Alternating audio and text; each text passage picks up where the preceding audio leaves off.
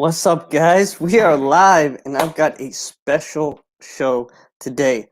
At the end here, I'm going to give you a trend that can make you thousands of dollars this year, and I'm going to talk about trends. And it's going to be a fantastic show today. And hold on, let me just fix this here. And okay, guys, so stay to the end here. We're going to talk about some trends. But in the meantime, before that, I'm going to go over some games. When I go over games, it's kind of like a rough draft of what I would normally do when I go over games. This part can be a little bit boring, but you'll see who I like in some of today's games. So I'm going to go ahead and give you out a couple real quick. The NBA. Today in the NBA, I do like the over 220 and a half for the Rockets and Lakers today. It's not something I'm super confident in, but if I was going to take that game, that's where I would go with it. In NHL today, if I was going to take that game, I would take the puck line -1.5 for the Vegas Knights. So again, not another one I'm super confident in, but if I was to take that game, that's where I would go with it. So I'm going to talk a little bit about baseball, and then I'm going to talk about trends, and I'm going to talk about I'm going to give you guys a trend that can make you thousands of dollars this year. So let's just go over baseball here today. The first one is Houston and Oakland, and the over-under in this game is 9, and Oakland is -142 favorite. Pitcher for Houston is Jay. I don't know how to say his name.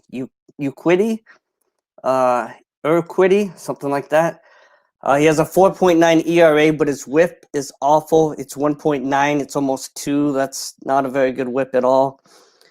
Sean Manaea is the opposite pitcher. He has a 5 ERA, but his last 3 starts are 1.76. And Urquidy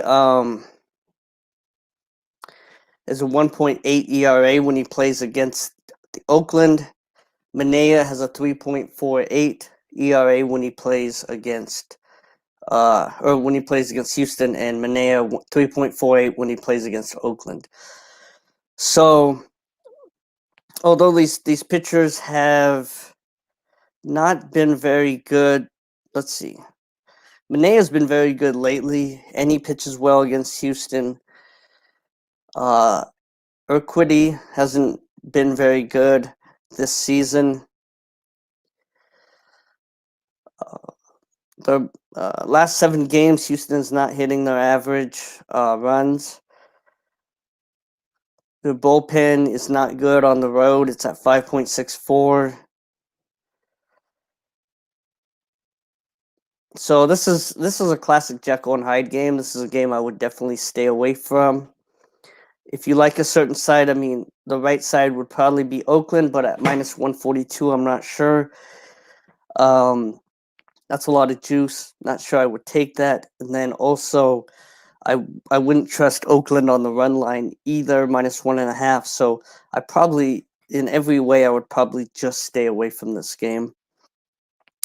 The next one is let's see, the Dodgers. The Angels and the Rangers. We've got Bundy and Gibson on the mound. Bundy is having, I think, maybe the best year of his career. He's pitched unbelievably this year. Kyle Gibson has pitched terrible this year. Bundy's just a pitcher. Here's the thing. I would stay away from this game because I'm staying away from Bundy. I'm staying away from Bundy, period, because with Bundy, he's been terrible throughout his career. I mean, last year, all I did was fade him all year long and, line my pockets with money. So, the fact that he's pitching amazing this year, like a starting ace, baffles me. I don't know if it's going to end, if it's going to keep going. I don't know what's going on with Dylan Bundy.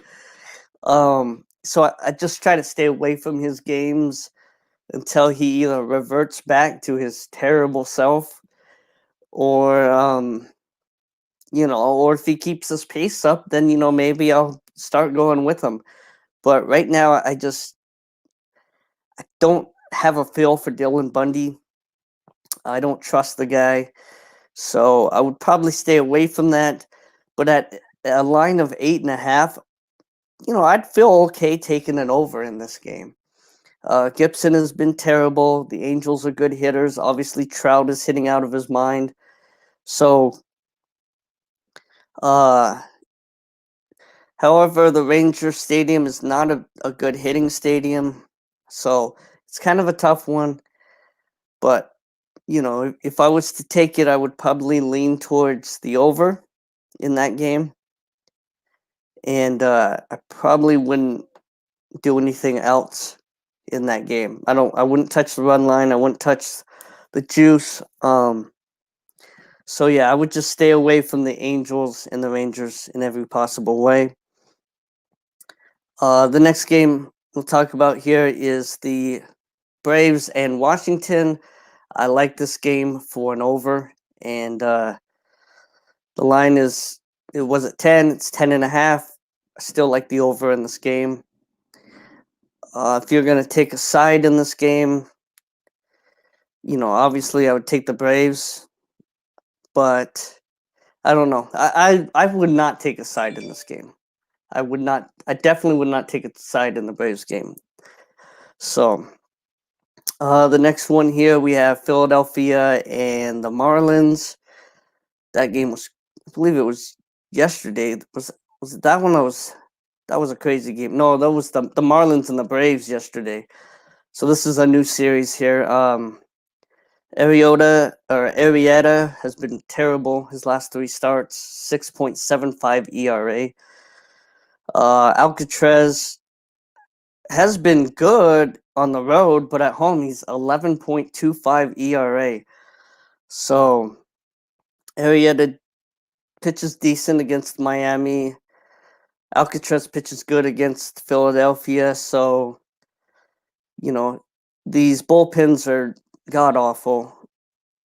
They're really, really bad, especially Philadelphia. I think Philadelphia has the worst bullpen in the league. So if I was going to take this game, I would probably lean to the over 9 points. I don't really like either side. I don't really trust either side, but so if I was going to do anything, it would be a lean to the over in that game. Let's see. That's pretty much all of the games I think I'm going to go over in baseball today. I could go over some more of these games. If you guys have a certain game you want me to go over, I will go over it. But in the meantime, let's get down to business. Let's talk trends. Now, when I talk about trends, okay,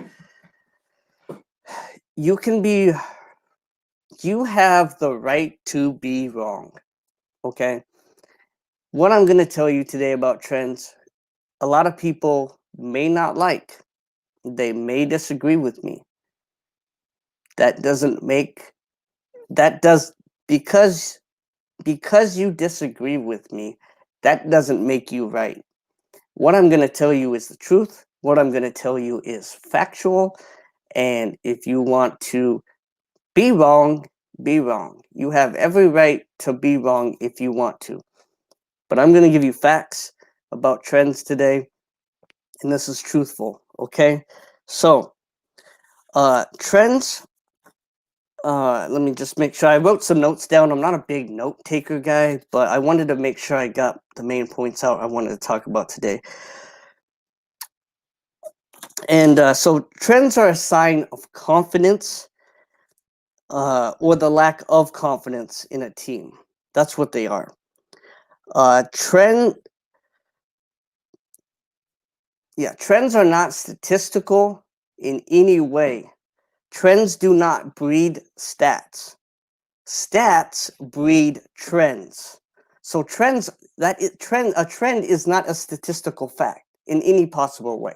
Stats breed trends. Trends do not breed stats. You cannot take a trend and make up a stat, but you can look at stats and you can see where a trend could possibly happen. Whenever I have run into a trend, it's always been because maybe I liked this team over and over again, but it was because of the statistics of the pitching matchups that week or whatever it was, and that became the trend. I found myself into a trend. I didn't take a trend and then go into some kind of statistical thing. Trends are not stats. So trends. So there's three things that you can look at here in sports betting. Okay. One is, sorry guys, again I have notes here, so I'm not used to doing the note thing. So if I look down for a second, I apologize. Okay, so there's three things to look at in sports betting. The first one, so you have, what the heck? Why did I do it this way? Okay, so I think I had the wrong paper. My bad. There's three major things to look at in sports betting. One is statistics, such as a player's batting average. Okay. Two is information. And again, there's many ways to look at information when it comes to sports betting. One way of looking at information when it comes to sports betting is such as a certain player is hot or cold, whereas a trend is a certain team is hot or cold. But informational can be such as like a player is hot or cold, such as, or okay, exactly. So then you have a combination of the two. You have statistics and information. That's the third major way you can look at sports betting. Stats and information. This is such as a batter hits well versus a specific team. So a batter may hit 250, but against this particular pitcher, he hits 386. So that's a combination of information and statistics. So you've got statistics, such as a batter's average. You've got information, such as a batter has been hitting really well over the last 7 games or 3 games or whatever. And then you have statistics and information, such as a batter hits 250, but when he hits 250 normally, but against a certain pitcher, he hits 386. So, in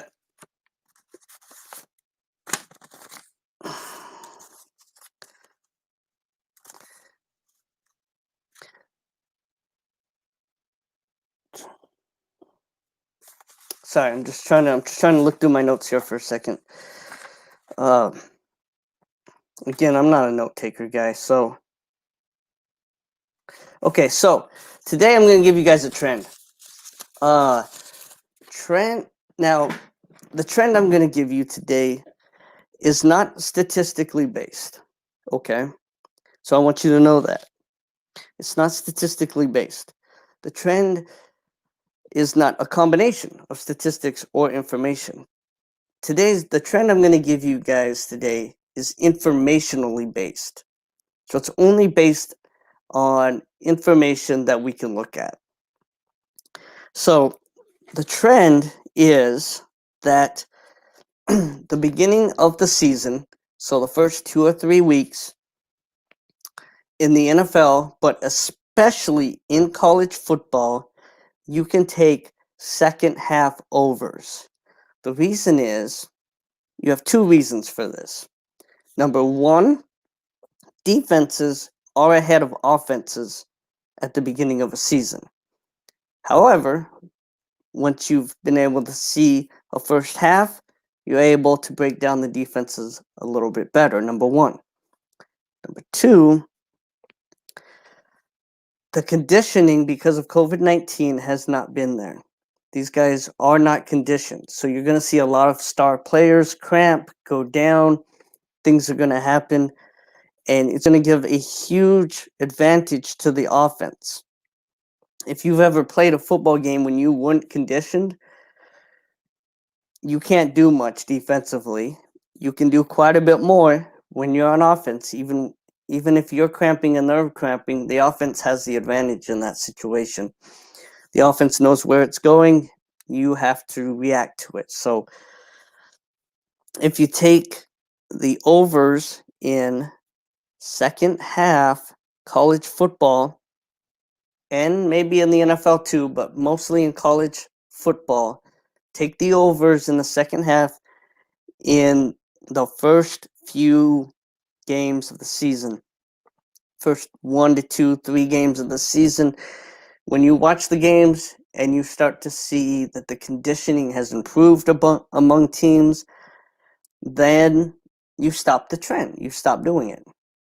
So that's the important thing, is to know when something's going to happen, but also know when to stop something. Now, something else I want to talk about, trend. And, before, so we're going to start today with a trend, okay? And we are going to take the over in the second half of the UAB Miami game. We are going to take the over in the second half, see what happens, see if I'm right, see if I'm wrong, and then we are going to continue to do that for the first week, 2 weeks of football. Or let's put it this way, the first game or two of, because if somebody decides that they're going to play 3 weeks from now, like the Big Ten or something, then you follow this trend the first week or two of the Big Ten or whatever it is. So it's the first game or two that a team plays. Now, I want to say this about trends, okay? Trends are a garbage statistic. If you hear a capper giving you trends or telling you this is a good game because of this trend, 8 of the last 11, and then this trend, and this trend, and this trend, and this trend, and this trend, trends are not statistical. The only thing that a trend can possibly tell you is that a team has confidence. So if the trend is that the Houston Astros have gone over their last 8 of 10 games, then it means as a team, they're hitting well. They're seeing the ball well. They have confidence hitting the ball. But it tells you nothing statistical. So the guy tells you, 8 of the last 10 of the Astros have gone over. So let's go over in this game. Well, then they face Kershaw or some kind of ace, and the trend means nothing because they're going to get shut down, right? Because certain pitchers shut down hitters, even when they're hot. So the trends are garbage. I don't even look at trends. I never look at trends. Ever. No reason to ever. When I see a trend, I just skip past it. I don't care. There's certain information that sports books want you to have. They want you to believe in. They want you to see. The more information a sports book can give you, the better. Because you're going to find some stat and it's going to get in your head and you're going to say, well, they're going to win because of this weird, wacky stat. And then you lose your money. So sports books love it. They love to give you garbage statistics. Trends, why do you think they give trends? If trends were so good, there's no way sports books would give them out. They give trends out because they're so bad. Trends are the worst possible thing you can look at. Now, there are statistical things that you can look at that are like trends, okay? Such as how a team is hitting over the last 3 games, how a pitcher is pitching over the last 3 games. Has the pitcher lost confidence? Does he have a lot of confidence? That can tell you his state of mind. That's a trend-like thing that you can use, but it's statistically based because it tells you his ERA over the last 3 games is 1.74. I just had one earlier that I went over. Was it, I think it was this one. Let's see. No, it wasn't that one. It was, let's see, let me find it here.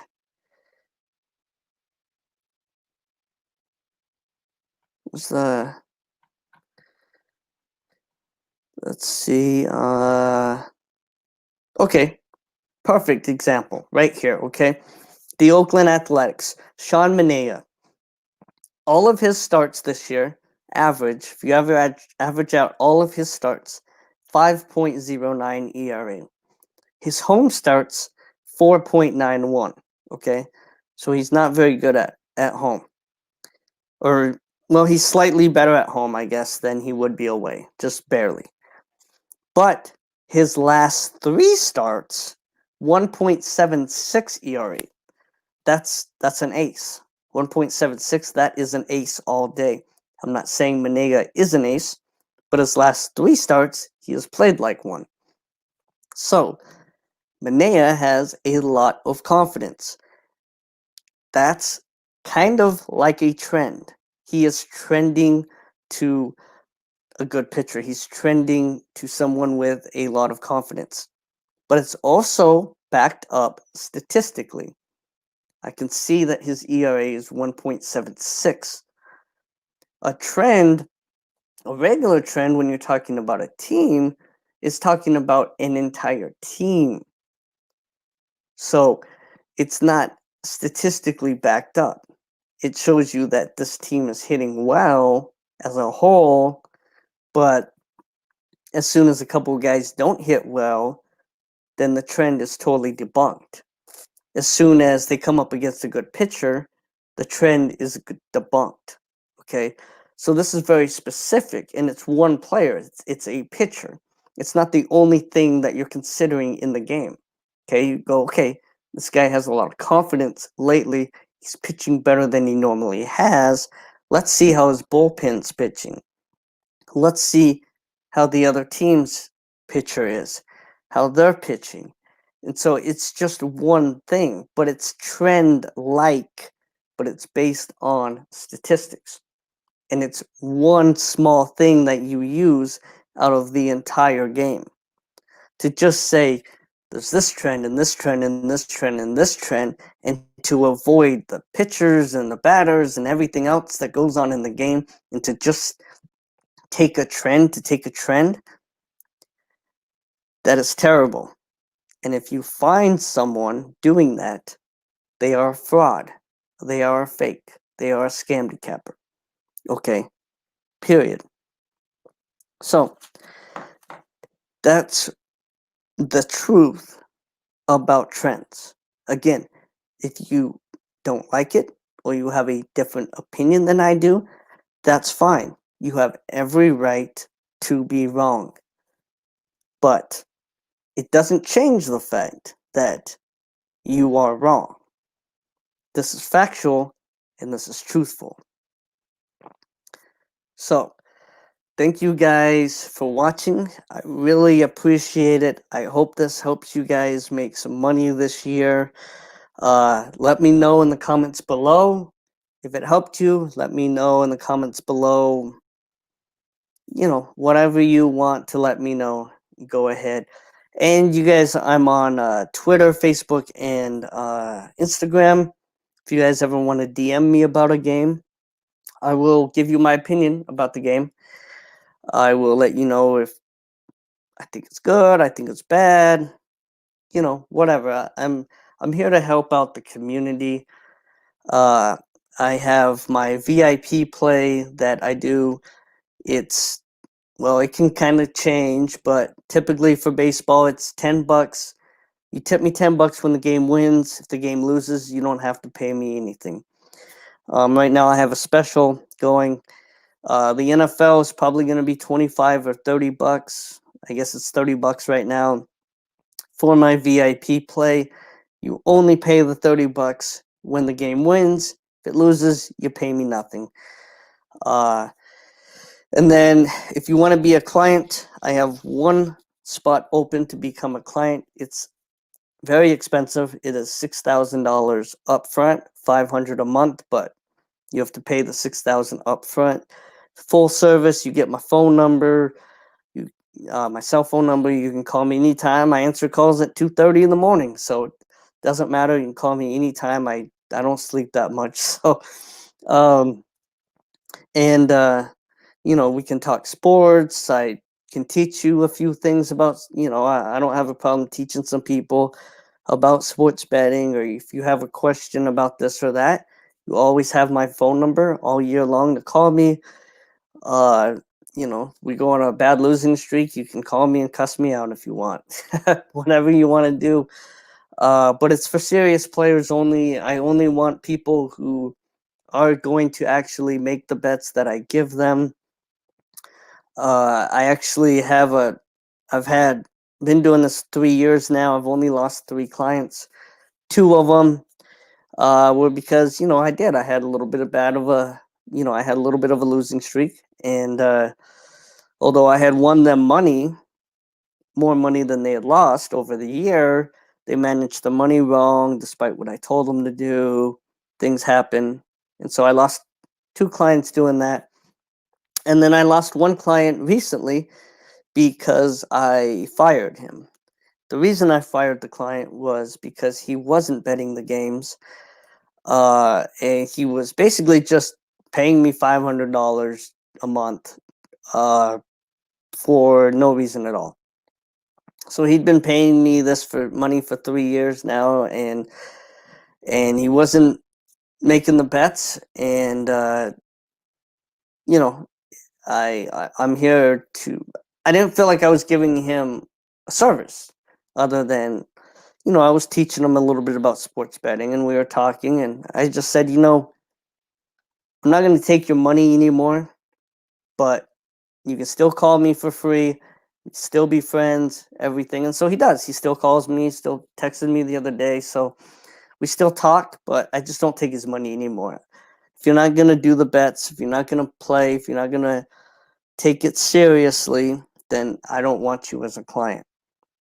And, I do this professionally. This is how I make my living. I don't do anything else. I bet sports, and that's all I do. And I have clients that I help out. So if you guys want that help, I'm willing to help. If you don't, that's okay too. I really, like I said, I have other cappers that I like to bring on here. I like to let them talk. I like to let them promote for themselves. If you guys want a capper, you want a cheap capper, you want something, fine, go ahead. It doesn't bother me. But if you're serious about making money, you're serious about winning, I know $6,000 is a lot, but it's worth your money.